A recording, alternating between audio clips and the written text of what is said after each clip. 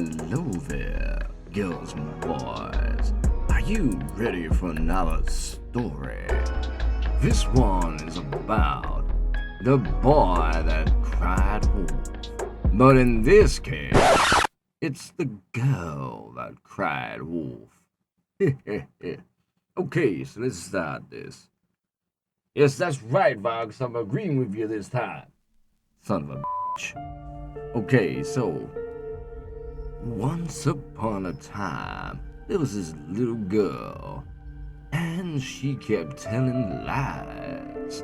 Basically, if she couldn't get her own way, she'd tell a lie about somebody to see if she could get her way.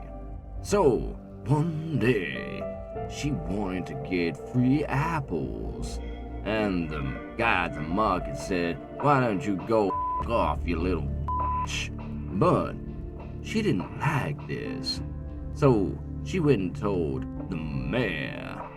The man at the apple store was selling rotten apples. They sent the police up there, the boys in blue, to investigate. When they found out she's actually lying, they said to the girl, "You silly little bitch, you shouldn't be lying. I can get you in serious trouble, sugar." Anyway, the next day were playing with this boy. They were playing with a football. Oh, was it a severed head? Yes, I added that bit, Vox. God damn it. Can't believe you got me reading up one of these fucking stories, man.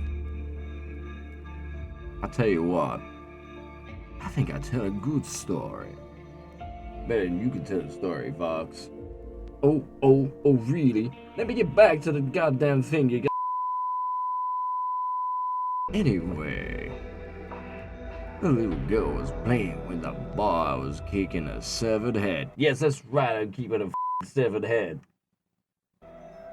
Makes it scary. And he wouldn't let her play with the ball. So she got mad, and she told his mom. She was like, "He's not letting me play with the ball." No, I'm not doing the voices, Fox. I swear to God. I'll come over there and flip you upside your head. Kick your ass from here to over there. Okay? Okay. Anyway, she told a lie. And the boy was like, "That's not fair." But he stated his case. He said no, she didn't even ask. So the girl was branded again. Anyway, on the next occasion, she said that there was an army coming to the village. Everybody got ready, and when they looked, there was no army. There was nothing. The girl was laughing her ass off. One day, she was walking just outside the village, and then came a big bad wolf. Oh yeah, grizzly-like, snarly and dribbly.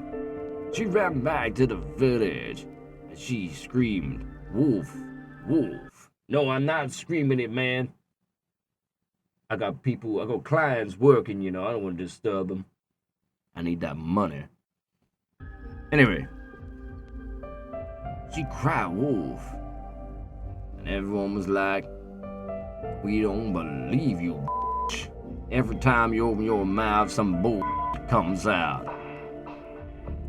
So they turned their backs on her. Everybody closed their doors on her. And then the wolf came into the village.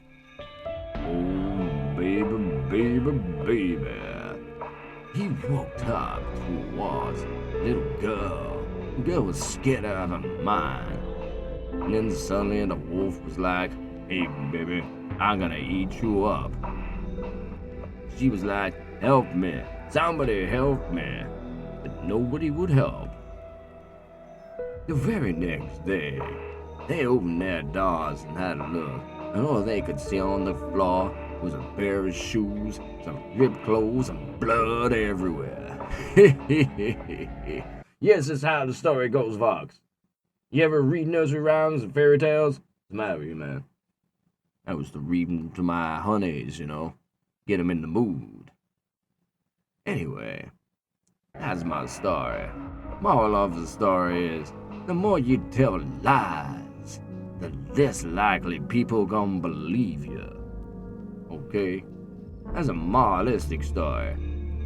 So remember, boys and girls, if you're gonna tell a lie, make sure you got, as much damning evidence as possible. That way, when you push the lie, it makes it more convincing. What? We in hell, damn it. What do you mean I can't tell people to lie? Oh my God, Vox has got a conscience. Come here, you little I'll teach you.